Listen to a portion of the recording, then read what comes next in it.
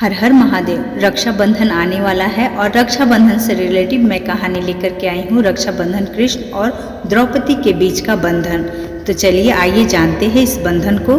दोस्त, बंधन और रिश्ते किसी भी भारतीय त्योहार का सार है और यह बात रक्षाबंधन पर भी लागू होता है।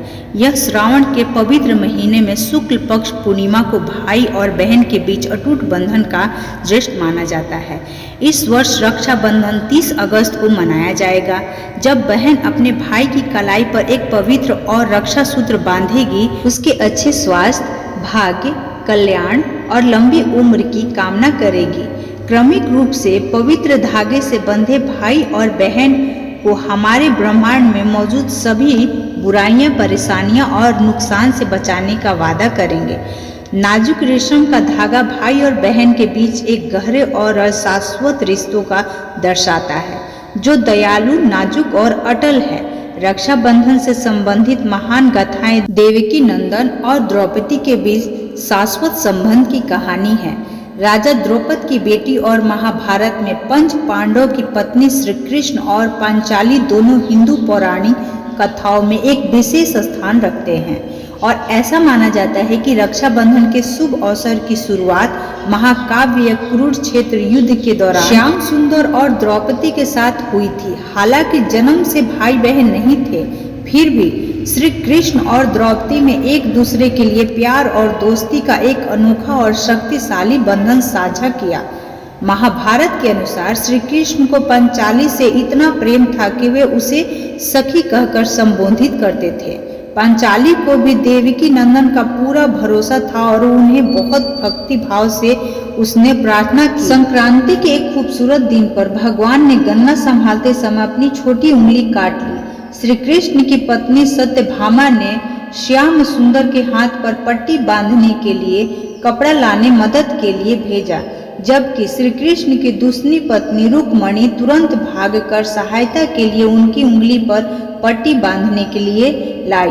पास की मौजूद पांचाली ने अपनी साड़ी का एक हिस्सा फाड़ दिया और माधव की उंगली पर पट्टी बांध दी। इस उपकार के बदले में श्री कृष्ण ने पांचाली को संकट में पड़ने पर उसकी रक्षा करने का वचन दिया। एक अन्य कथा के अनुसार श्री कृष्ण ने धर्मघोष के पुत्र शिशुपाल को उसके कई गलत कर्मों और पापों की सजा देने के लिए उसे मारने के लिए सुदर्शन चक्र धारण किया था। भगवान ने शिशुपाल पर दिव्य चक्र फेंका, जिसके तुरंत बाद उसका सिर काट दिया गया। जब कृष्ण की उंगली में खून बहने लगा तो द्रौपदी, जो भगवान की गहरी भक्त थी, उसकी उंगली पर पट्टी बांधने के लिए दौड़ी। उसने अपनी साड़ी का एक छोटा सा हिस्सा फाड़ दिया और कृष्ण की उंगली को उसे ढक दिया।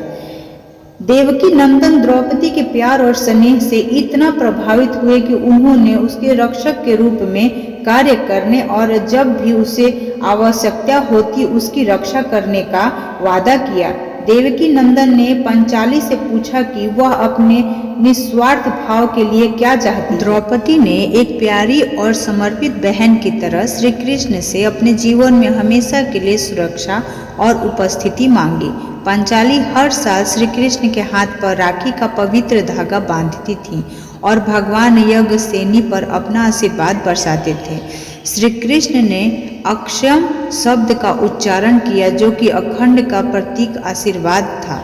द्रौपदी के उपकार का बदला चुकाने के लिए भगवान श्री कृष्ण ने द्रौपदी के सम्मान की रक्षा की। जब कौरवों ने दरबारियों से भरे दरबार में पांचाली को उसके पतियों के सामने निर्वस्त्र करने का, उसका अपमान करने का प्रयास किया, श्री कृष्ण के आशीर्वाद से द्रौपदी की साड़ी तब अनंतहीन हो गई जब दुशासन ने उसे निर्वस्त्र करने की कोशिश की। इस तरह श्री कृष्ण पांचाली की रक्षा की, जैसे एक भाई अपनी बहन की सभी बुराइयों से रक्षा करता है। ऑसम शॉर्ट्स भक्ति में ये कहानी सुन करके आप लोगों को समझ में आ गई होगी कि रक्षाबंधन क्यों और कैसे मनाया जाता है। तो चलिए मिलते हैं नई वीडियो में नई कहानी के साथ। धन्यवाद।